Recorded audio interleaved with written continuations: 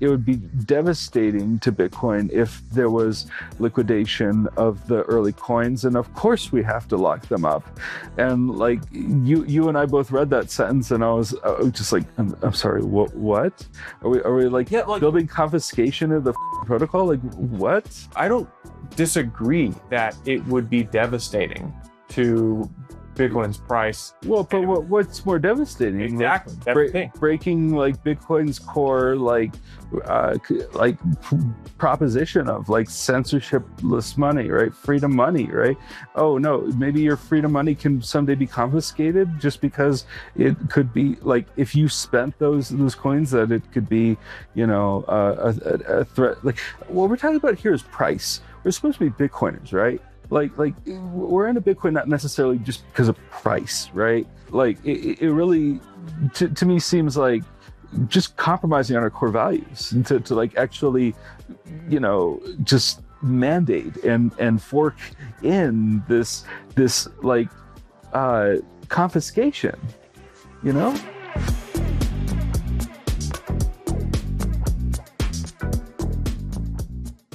Hunter, it's been a wild past few months since we last had our recorded conversation on Bitcoin Season 2 in December. It was kind of at the beginning of your BIP and your proposal to make Bitcoin quantum secure. But since then, it's been a whirlwind. You are now talking at all these conferences. There's been a lot of developer discussion on it, and maybe I would invite you, because the audience here is going to be a bit of a hybrid. There's going to be some non-technical people, and I'll just tell them, go and just watch Hunter and I's previous conversation from December. But catch up to speed on the past 3 months. What's happened since our last conversation? Well, one of the things that happened in December was that we finally got our BIP number. Do you want to guess which one? Yeah, it's on the hat. If you can't see it, BIP 360, yeah. Which I'm surprised that wasn't taken. You can tell which ones are taken or not. I know. I'm just like, are people just not creative? Have we been trying to go linearly this whole time? This doesn't seem. Do we have a BIP 1337 leet? No, and there's no such thing as BIP 420 either. You'll have to debate that with not me, but other people. Well, no, I'm pretty sure it's like BIP 347 or something. 347. Yeah.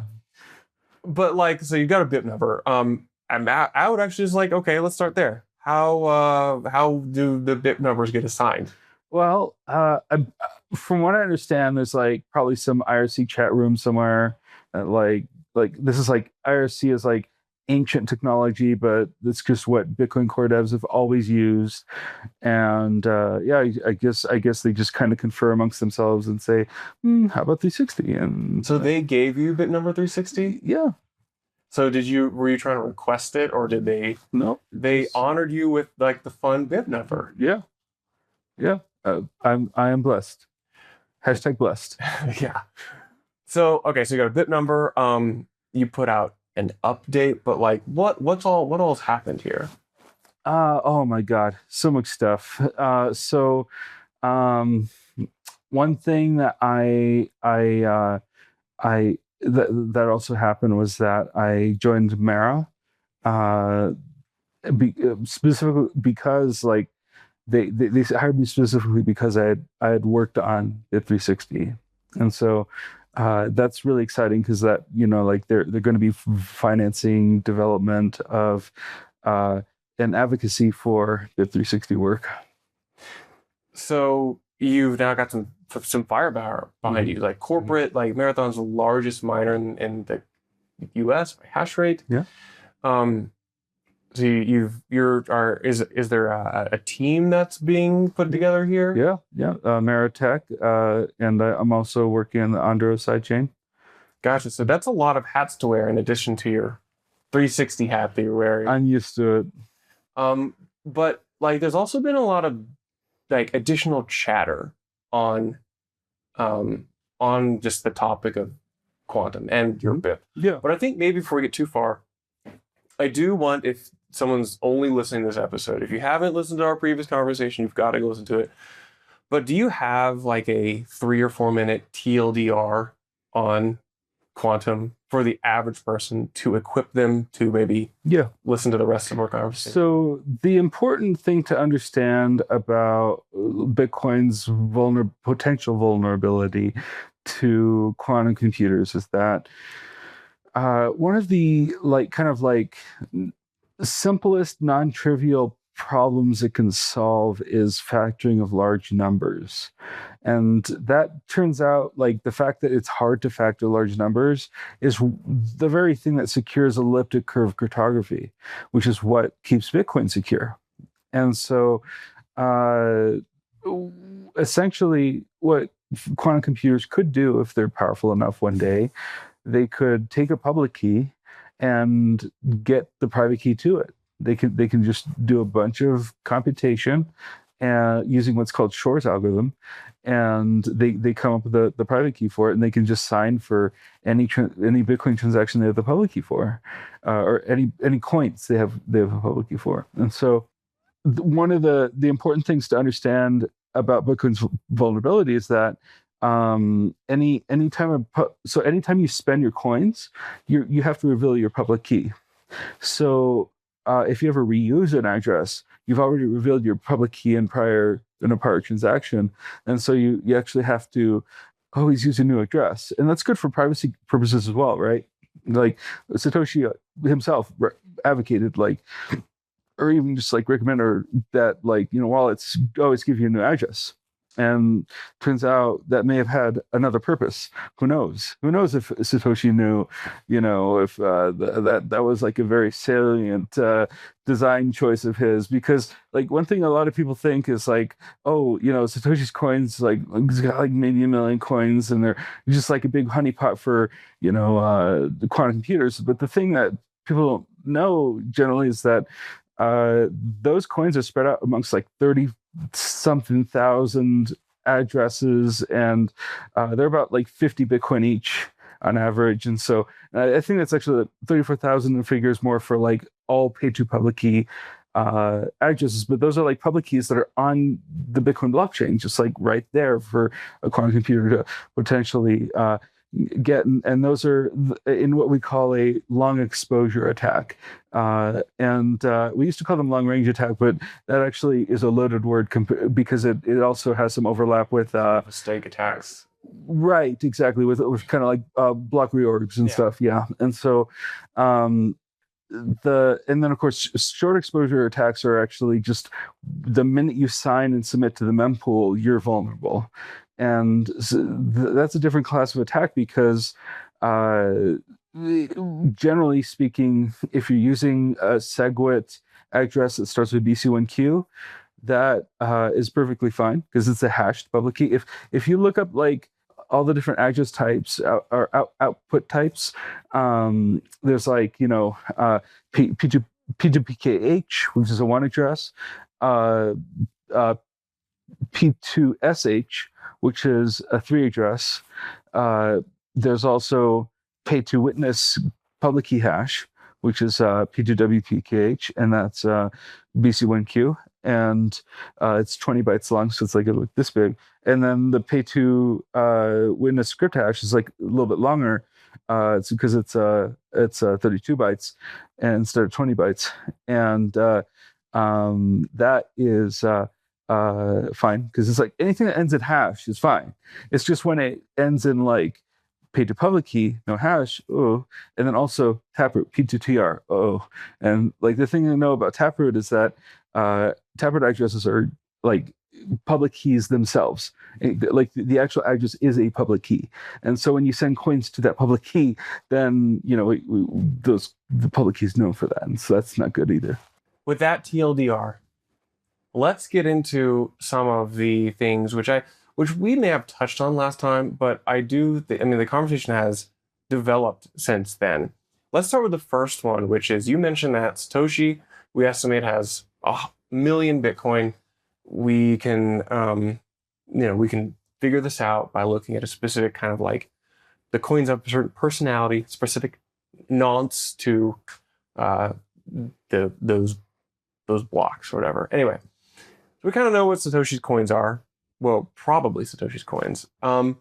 And we now have this scenario where they are probably the most vulnerable to a quantum computer. Probably. We'll see. But you're rolling your eyes. Well, no, it depends. It depends. So okay, in one scenario, they are probably the most vulnerable. Well, so like arguably, like his coins are no more or less vulnerable than Taproot coins or reused addresses. And like I think one of the key things to look at is like the balance of that address. That's a different story because Satoshi's coins are split up like about 50 Bitcoin each, because that was like the early block reward, right? And so like 50 Bitcoin is like, and there's like 34,000 of these 50 Bitcoin like addresses.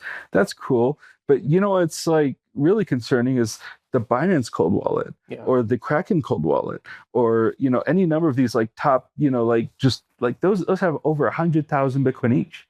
And so like that would be devastating to like the just everything in Bitcoin if any one of those were to be compromised. And so that's one of the reasons why like I think we should implement bit 360, is because like these exchanges in the very least need to be able to keep their coins quantum resistant.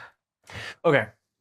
Yeah, there's so many different conditions and asterisks we play. Dimensions. It's Dimensions, like, yeah. So we did different dimensions, and it's relating to like the an address balance and the particular address type it's in, and but I think the one which is most interesting, which the average listener might be able to understand, is, and this is probably one of the more interesting conversations, is like Binance could move their coins to a more quantum resistant address because it's an active business. They can they can move those. They can quantum secure their coins if they so choose, or at least improve their quantum security.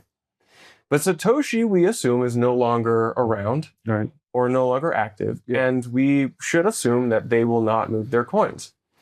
But that does not mean a quantum attacker couldn't. And so this gets into the most interesting thing on the mailing list, which I think is worth talking about. Yeah, which is we've seen some notable developers. One of the most notable Bitcoin developers of all time. Yeah.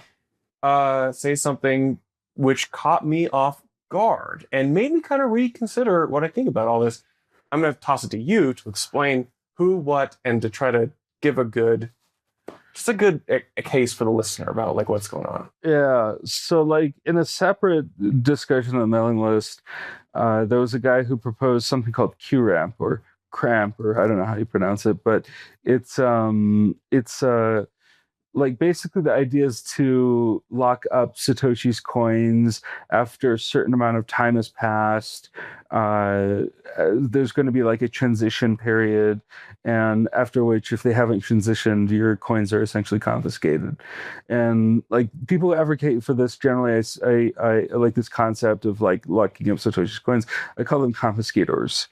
And then there's like the other side of it, or the liquidators, who are just like perfectly fine with these lost coins being returned to circulation, and we actually return back to the 21 million market cap, or 21 million total supply that Satoshi originally envisioned, right?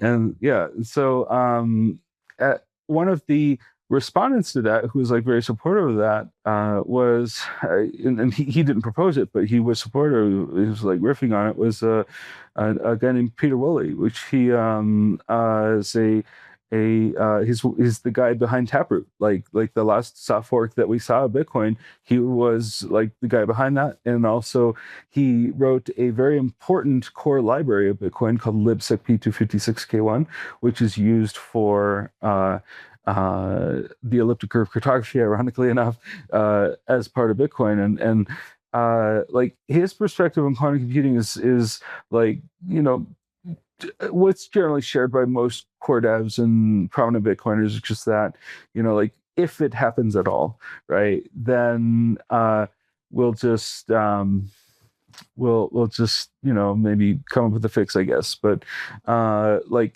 he's very skeptical of quantum computers in general, as most people are, and Myself, like I've looked into quantum computers quite a bit in this like development of the BIP, and the more I learn about them, the more I'm like, oh wow, that maybe that could work. It sounds like crazy physics, like they're Bose-Einstein condensates and Cooper pairs and Josephson junctions and like Majorana fermions, right? Like all this like crazy physics. But if the thing they're talking about actually works, which is a big if, then yeah, it sounds like like it might have a shot. But back to Peter Woolley, his like like support for cramp is that like it would be devastating to Bitcoin if there was liquidation of the early coins, and of course we have to lock them up. And like you and I both read that sentence, and I was just like, I'm sorry, what are we like, Yeah, like building confiscation of the protocol? Like what? like for the listener here, this he is proposing that we either freeze Satoshi's coins at the client or the consensus level, or that the community comes around. It's actually not clear, as far as I'm aware, that the community comes and says we're not going to everyone do not accept these transactions in coins because it's bad for Bitcoin. And the thing is, like, I don't disagree that it would be devastating to Bitcoin's price. Well, but what's more devastating? Exactly. That's the thing. Breaking like Bitcoin's core like proposition of like censorship-less money, right? Freedom money, right? Oh no, maybe your freedom money can someday be confiscated just because it could be like if you spent those coins, that it could be a threat. Like what we're talking about here is price. We're supposed to be Bitcoiners, right? Like we're into Bitcoin not necessarily just because of price, right? Like if you're an actual Bitcoiner, not for more than a few years at least. Well, like yeah, but we've seen like price go up and down all the time. Like if you're paying close attention to the price, like that's like, if your investment thesis in Bitcoin doesn't include the possibility of your investment going to half of what it once was, like within a day, like I'm sorry, but like maybe you aren't prepared to invest in Bitcoin. And so like this is like it's such like an extrinsic factor to like what like actually is like Bitcoin core and its consensus protocol, right? Like what does price have to do with any of that? Like it shouldn't be a factor in how we let me play devil's advocate. Okay. Price does matter because it's a security budget. It's a security budget. Yeah. So this does stress test the security budget. Now, if this were a flash event, I'm not worried. Yeah. But if this were a sustained period, if this were like a sustained period, you could create a mismatch in security to what Bitcoin's security should require. Yeah, it's true. There's also like the possibility that like Bitcoin goes to like 250,000 or like 500,000 or even 1 million, right? Before this happens. I think those are more likely. And then like there is like some kind of Q-Day event that people start to recognize, and then the price goes down, and you're like, oh well, like we know where Bitcoin once was, and this is like our second chance to like stack really hard, right? Like that's like one potential positive externality of that, like it's as with any bear market news, it's just like any other FUD, right? Like spoiling the oceans, right? Like quantum computers going to break it, right? Like the government's going to outlaw it, that kind of shit. Like we hear this all the time, and it does have an impact on the markets, but like it's a really great way to get ahead of that. That the quantum FUD in particular is to like give people a safe place to put their coins, especially exchanges where they have big honeypot, wallets. Give them a safe place to put their coins so that like even if there is some like okay, so Satoshi coins are now being spent, it's not like an existential threat to the network, So it's like Yeah, because there's You can just brush that foot off. You can say, well, we fixed it though. You know? Let me tell you about one of the most slept on opportunities in crypto. Arch is building fast, composable DeFi apps on Bitcoin. Arch apps tap into the OG blockchain with by far the most liquidity and best brand in crypto. I've known the team for over a year. The tech they're building is solid and they are racing towards mainnet. There's dexes like Saturn, meme coins on funkybit.fun, instant loans on Cha-Ching, and so much more. Plus, they're rewarding testnet users, so join me in trying out Arch while it's still early. For the listener, like the way, it also matters how we determine which coins are Satoshis. Yeah. And because we have determined, and feel free to correct me if I'm wrong here, we have determined that these are probably Satoshi's coins by inference.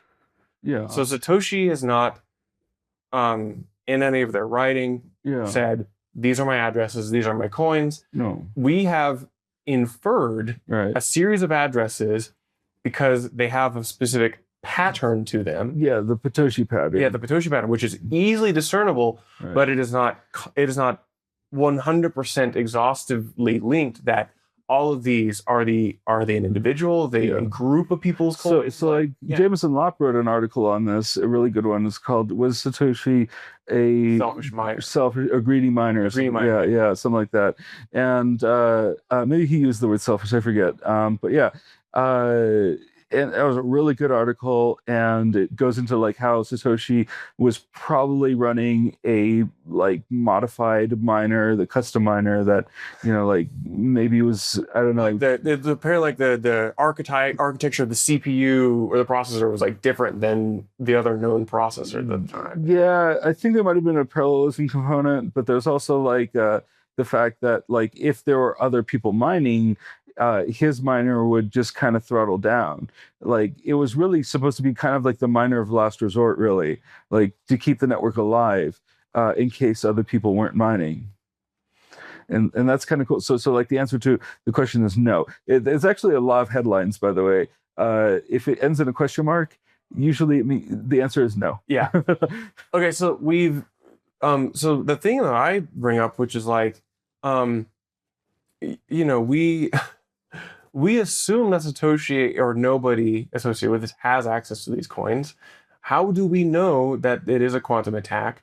And then two, like, are we certain that these addresses are the ones we want to literally put on a list and through various forms of social consensus or at the client level, censor or blacklist those even?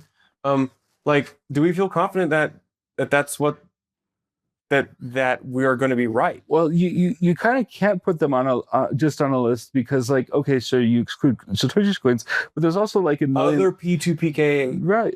Yeah, other P2PK addresses, and so like, okay, so you blacklist some of these and not these. Those are still vulnerable, so it doesn't really like. There's still some like full 50 Bitcoin coins rewards that are held in there that might be owned by. And so, okay, what do you do then? You completely sunset P2PK addresses because it's been 16 years, right? Like, okay, if you're going to move your coins, you probably did it. We're going to do it if you could.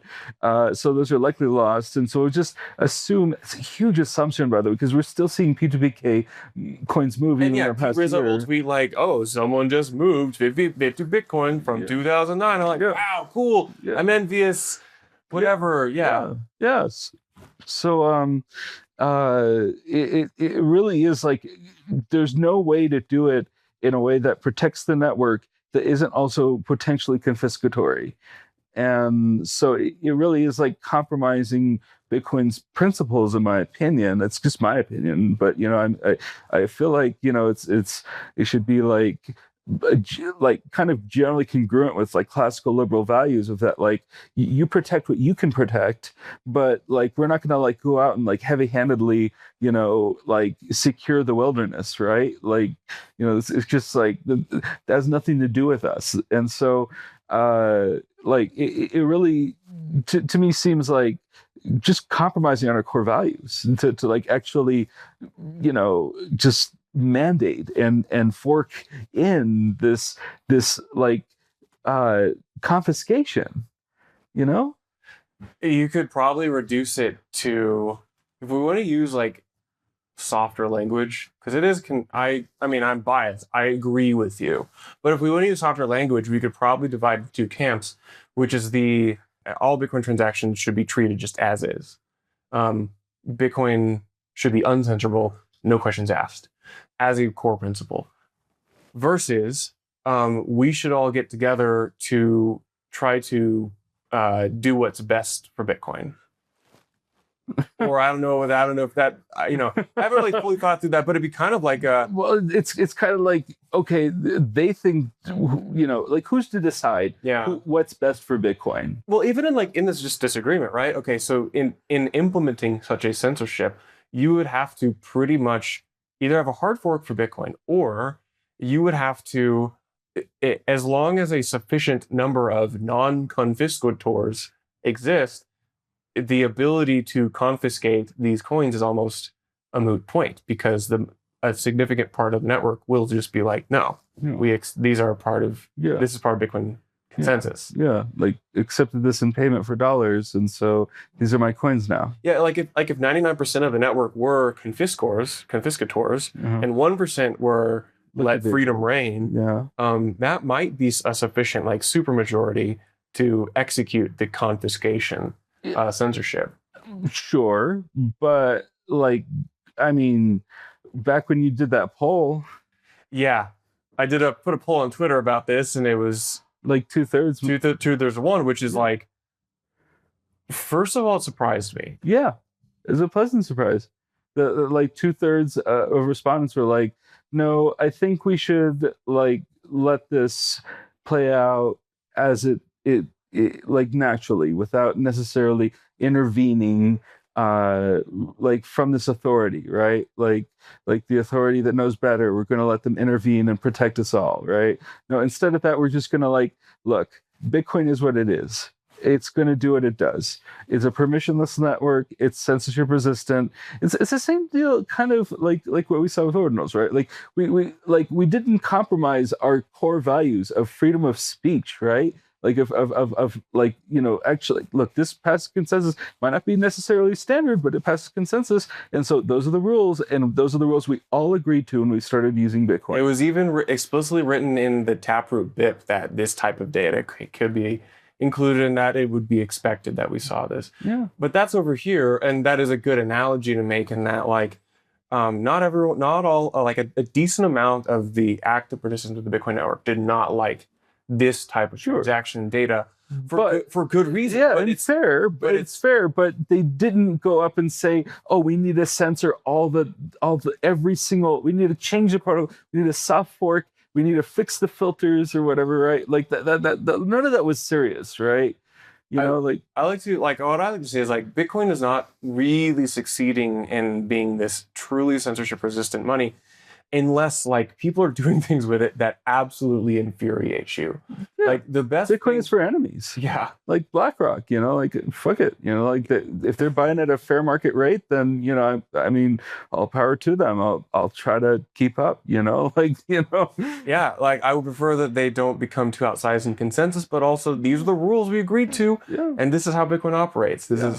I do appreciate that I've seen the majority of Bitcoiners tend to like preserve that spirit, but I maybe, getting away from the Satoshi's coins topic, maybe get into something which is actually more difficult for me to understand, which is other quantum, you're gonna have to help me here, other type of quantum hashing, or other type of quantum resistant signature algorithms. Okay, that's the word I'm searching for, because I've heard it, like, you proposed.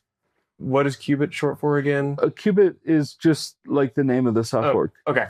Yeah, but like other people are like, what about we use this algorithm or this algorithm? I've seen that on the mailing list, and I haven't been able to do my research yet. Yeah. Okay, can you summarize or kind of flesh this topic out for me and catch me up to speed? Because that seems like it's been a bit of the conversation lately. Oh yeah, for sure. It's a bit of a rabbit hole too. I mean, like I tried my best to like, analyze what was out there. Some of that's in the BIP. And it still needs more work because it's like a very multidimensional problem. At the time, I was only really thinking of like how big these signatures and parallel public keys would be because the public key and signature has to go on chain when you spend. And so I was just like, okay, well let's look at the signature algorithms out there and see how they fare in terms of like transaction size, and they don't fare well like what's out there, and even the ones that are like decently sized, turns out there's another component to this, which is verification time. And so turns out one of the algorithms I had originally chosen, it's called SkiSign. Stands for short quaternion isogeny signatures. And it gets worse. It's a part of a class of post-quantum cryptography called super singular isogeny elliptic curves. Yeah. Okay. Yeah. So it's basically elliptic curves that are like doing ice skating tricks. It's a triple Salchow type stuff. Yeah. It's more like doing elliptic curves in higher dimensions. Yeah. Okay. Yeah. It's just like making the problem like really hard for a quantum computer to solve, and we're not 100% sure if like quantum computers can't solve that too. Like so, it was like one reason like I included it as one of many signature algorithms that I wanted to activate. And one disadvantage of it is that it's not NIST approved yet.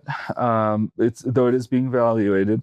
It's very new. It's like from just last year or the year before, and so it is a relatively new algorithm.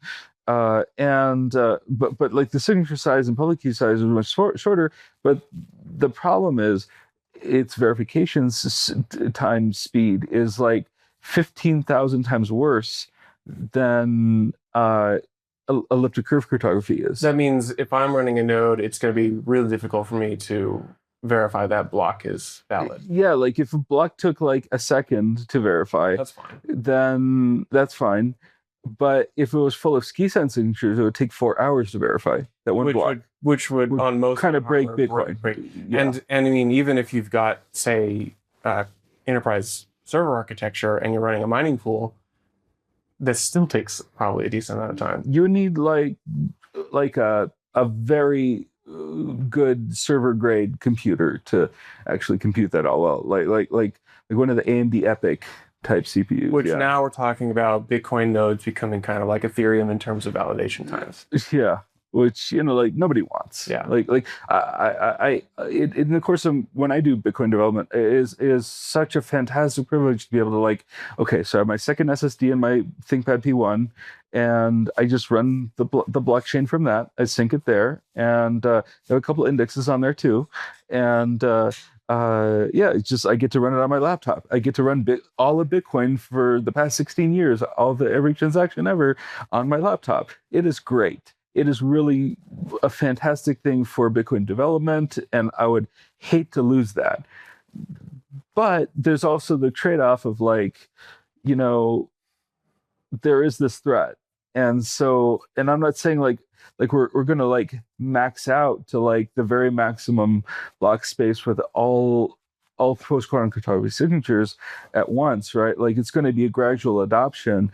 But there's the potential that like there will be blocks that will be very large, full of post-quantum cryptography signatures, and so like there's like block space and verification time are two major like dimensions of choosing the algorithm, and so. We originally proposed 4. SkiSign was one of them. Realized that it would like be a huge DDoS vector to Bitcoin, and so we ditched that.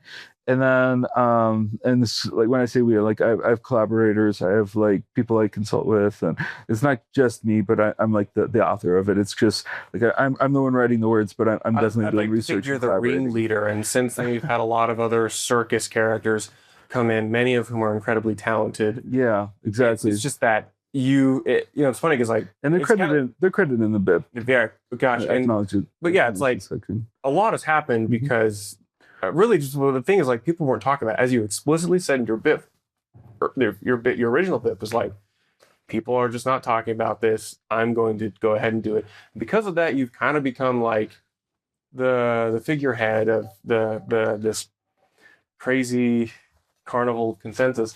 But so what's interesting? So you talk about block space limitations and how the different signatures take up different. They'll take up way more block space. This gets into one of the esotericisms of how we even define block space, which gets into transaction weight. Yep. Which gets into discounts. Yep. How do you, if somebody's still with us, yeah, and is not really familiar with any of these words, yeah, give me a 60-second explainer of what we mean. Yeah. And then we can get into the actual stuff. So back in 2017, there was like this big argument of whether we should increase the block size. And it was a very complicated topic at the time. There was some kind of war. I don't know. It was a little before my time, to be honest. Anyway, so the decision that came out of that was we'll keep the 1 million by size kind of, we'll keep it's so ridiculous when you're trying to like I don't know how you verbalize it. It's explained like a normal person who hasn't okay, like cutting through the bullshit. Basically, they made it so it is possible, technically possible, to have a 4 megabyte block. Instead of a 1 megabyte block, you could go to 4, so long as you put all the data into what's called the witness. And so that's how we get 4 megas. Now, if you just have ordinary transactions, like nominally, like you're not going to use all 4 megabytes, because not every field of the transaction gets this discount, just the witness. And the witness was originally for just like keeping the signatures and like, I don't know, like multi-sig object multi-sig programs and stuff, right? Like petty witness script hash. So, the compromise is that they would discount a certain field of the transaction, but it wouldn't be like a wholesale, like no questions asked, block size increase. It really is just like taking a specific portion of the transaction and saying this weighs less when we go to calculate it. Because the block size is actually really determined by how we calculate the weight of different parts of the transaction. So transaction can have this type of data, this type of data, this type of data, and they're each weighted differently. And the consensus is actually that we, the nodes, will not accept blocks of greater than this weight amount. So this is where we get into, this is what the block size war was resolved with, was we're going to weight different parts of the transaction of a transaction differently. It's a de facto block size increase. But now that we're talking about another soft fork, we're talking about we're back into the block weight discount. Some people will call this a block size increase. Right. So and they'd be technically right if in qubit, for example, and this isn't set in stone, we want to validate this first on a side chain, but basically, like if we were to provide a 16x discount to a different portion of the transaction, so like the witness is kind of, it's not something we want to touch, because like that can be abused, and we want to like make it so this can't be abused. And so we created a new transaction field called the witness, and it's very strict. It really is. You can only include either a public key, a signature, or a hash. And the public key and the signature have to be valid, and the hashes are just Merkle like tree hashes. So like they have to ultimately end up at a public key and signature that's valid. And if they don't, then it's not a valid transaction. So it's a very strict rule set that we're proposing for what we call the attestation. And this is like a separate field like the witness in the transaction. It's just specifically for post-quantum cryptography and just public key signature pairs. And if you want to omit some of your public keys that you committed to because you're using a multi-sig, you're actually going to include the hash to that public key, and then that has to end up with like an actual public key and signature that it commits to. And so like one person brought up on the mailing list, like, couldn't you, if you include hashes, couldn't you like try to create hash collisions to include our arbitrary data? I was like, well, it would just require an extraordinary amount of computation that we just don't have, and like it would also only buy you like 32 bytes at a time. And so like it would just be this like a ton of computation, and the more bytes you want to include, like you basically double your computation, and so it gets exponential. And so I don't see it as a viable like way to do it, and when you could just save all that computation and complexity and pay 4 times more just to keep it in the witness.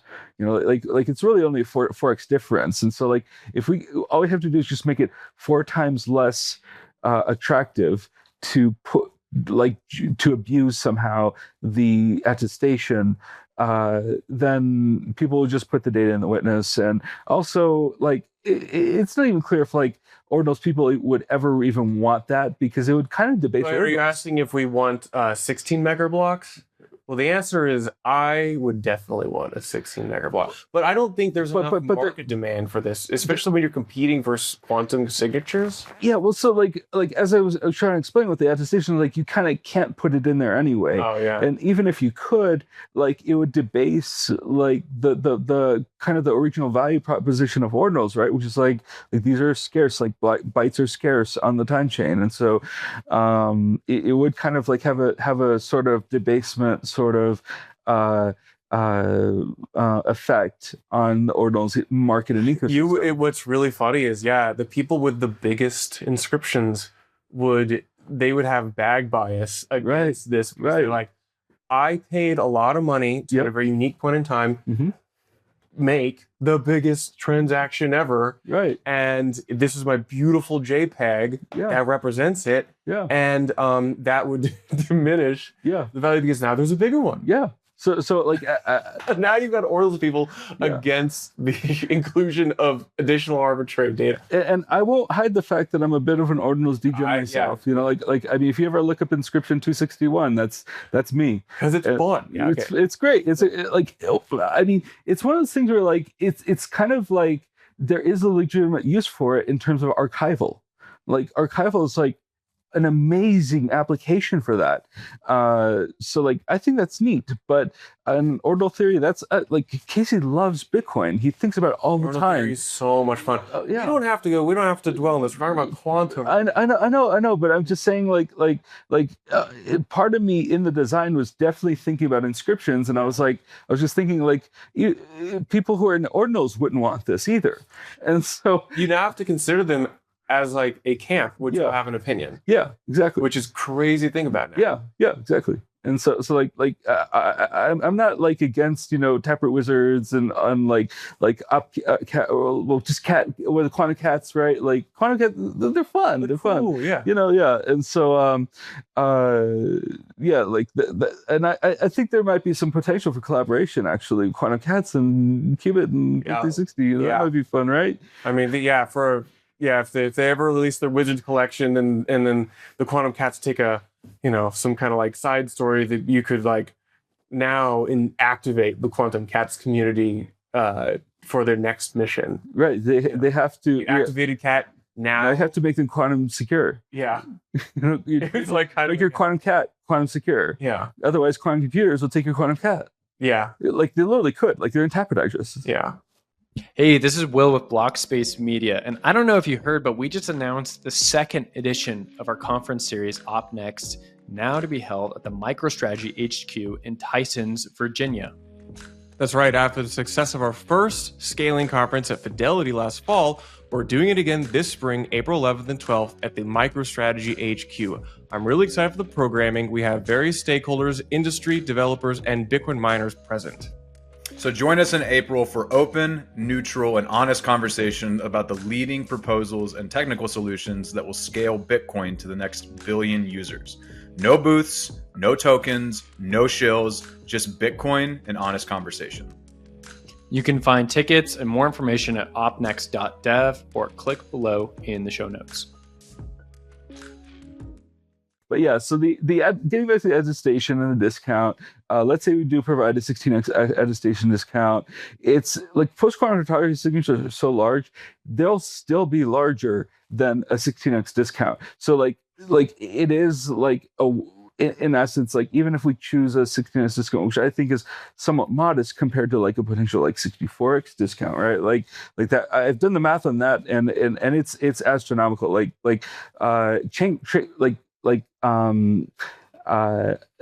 worst case scenario chain growth rate is something like 900 gigabytes per year if you do a 64x discount, which is a lot. But I mean, there was a person I think on the mailing list who pointed out what I'm going to point out, which is like terabyte hard drives are expensive, but they're not that expensive anymore. Yeah, and it's probably too much given the current pricing of these and the average global income. Yeah, but like even that as a worst case scenario is pretty dang good for a blockchain.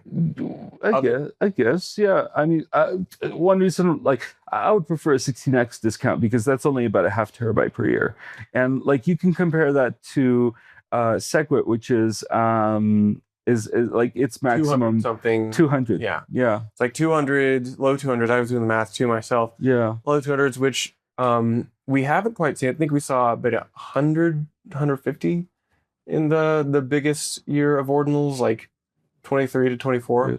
And technically, you could pull off like if we're filling the entire chain with 16 megas, then yeah, it'll be like 800 gigabytes per year. But that's not ever going to happen. So it's probably going to be like this, like gradual, like it gradually starts to, like, as adoption grows, there'll be like bigger and bigger blocks, but also each transaction will be bigger too. And so, like, in some ways, this helps with the fee budget, or the security budget, the fee market, right? Because like one way to solve for Bitcoin security budget is just to make transactions bigger. And like it's funny because you got this is the inverse of the make the blocks smaller. Yeah, it's just make the transactions bigger. Yeah. Okay. And like there's kind of almost like a bit of an NEV component to this, because like we've proposed 3 signature algorithms, getting back to that, right? Which is these are NIST approved curves. Or not curves. These are algorithms. Let's just call it that. And they are they're FIPS compliant, so they're compliant with the Federal Information Processing Standards, and so like they're very like the government is cool with using these, and if the government's cool with using them, then maybe they're good for the rest of us too.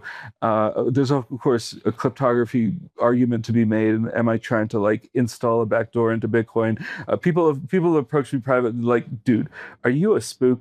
And like I'm just using what's out there, man. What we have. This is the case of all Bitcoiners, where like it's a fair question, like I mean I totally get it, but also like this is just the best of what we have, right? Like if you're actually doing the research of like what's available, and also it's really nice to have like these beaten path algorithms and not using something like Raccoon or XMSS or some other shit you probably haven't heard of. Never.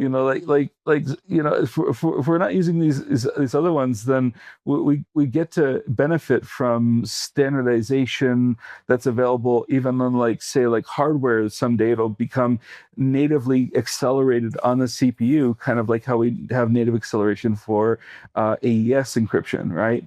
And so because like that can be very computationally expensive, and they can just put like a little ASIC component there in the SoC and the system on a chip of the processor. They can just like put a little thing there for MLDSA, FNDSA, and SLHDSA, which are the 3 algorithms that we're using. What's interesting is that some of them are so like SLHDSA, for example, also known as Sphinx. It's using hash-based post-quantum cryptography, and it's hash based, and so it is using kind of like a less non-standard security assumption for, like, we know hashes are quantum resistant to, to a certain extent, but and so it's like it's been like people are comfortable with that. When we're talking about more advanced forms of post-quantum cryptography, like lattice cryptography, that's when we're like people are like a little bit more skeptical, like, could this be broken? But the advantage with lattice cryptography is that there's smaller public keys and signatures, and so the signatures in particular, actually SLH DSA has very small public keys, as a footnote, but regardless, the signatures are huge. And so what's interesting is like there's kind of like a bit of an MEV component to this, though, because the more value in your transaction that you're trying to transfer, like you're spending to secure and protect, like let's say the Binance cold wallet, right? Like if they have like 100,000 coins in this address, and they want to keep it secure, they're gonna like be perfectly willing to pay for all three signature algorithms to be added to the transaction, in addition to Schnorr signatures. And so it's like having like three deadbolts on your vault, right? Instead of like just the lock, right? Or maybe three deadbolted doors in a series. Yeah, exactly. And so the more like locks you have on your door, the more secure you generally are, and depending on your threat model. But yeah, and so so because you're securing more value in your vault, you're going to pay more to secure it, and so as a result, like that drives more fee revenue to miners, because some of these transaction sizes are going to be like a total of like maybe 30 times bigger than an ordinary transaction, even with a 16x discount.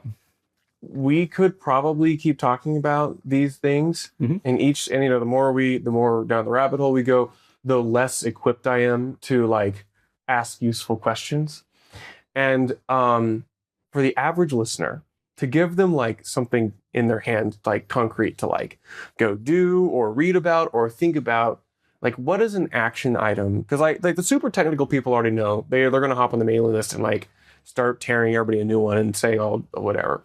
But for the average person, like what do they go do now? Well, so I would recommend going to surmount.systems. So Surmount Systems is the organization, nonprofit that I kind of do a lot of this BIP development under, and surmount.systems is the like URL, and there you can find a link to the BIP. And you can also find a Solana payments address and a Bolt 12 address. And I take donations in both of those, which is cool. And so, yeah, like if you want to donate or if you want to just read the BIP, and then also if you want to chime in there, I don't have a direct link to this on the website, but basically if you go to github.com/bitcoin/bips, you can find the BIP repo. And you can then go to the issues tab, and there's an open issue for BIP 360. Actually, it's not the issues tab; it's the pull request tab. Yeah. But there's a pull request that I have into BIPs, and if you go to the pull request that starts with P2QRH, or it says like P2 quantum resistant hash or BIP 360, like just look for that. You'll find it pretty quickly, hopefully. And there's like a big, long discussion on GitHub. It's like 300 comments on it already. One of the things that like I've gotten like maybe one person who's actually said, I approve this PR. And then there's like all these other people who are just like, feedback, nitpick. It's like, I could use some approval every now and then. So if you have a GitHub account and you just want to like chime in and say, that would actually be pretty cool. I think what I hear is you a year ago, when this was just kind of maybe an inkling of an idea, you did not anticipate this traction, and so I'll be the first to say thank you very much for putting in a lot of the legwork so far, and I feel very happy that people like you are working on Bitcoin. I'm always surprised by the blind spots I have about Bitcoin. And I'm always happy when someone else seems to start shining light in those blind spots. So, Hunter, thank you so much for doing this. Where do people follow you specifically besides the Surmount system? Oh, yeah. So on x.com, I'm CryptoQuick. And you can also find me on cryptoquick.com. And from there, you can get my Nostr and pub as well from cryptoquick.com. So, or x.com, actually. It's in my bio too. So, yeah. Rock on. Okay. We'll see you at Op Next, April 11th to 12th, Tysons, Virginia. Link in the video description. And I will see you again soon. Yeah, will do.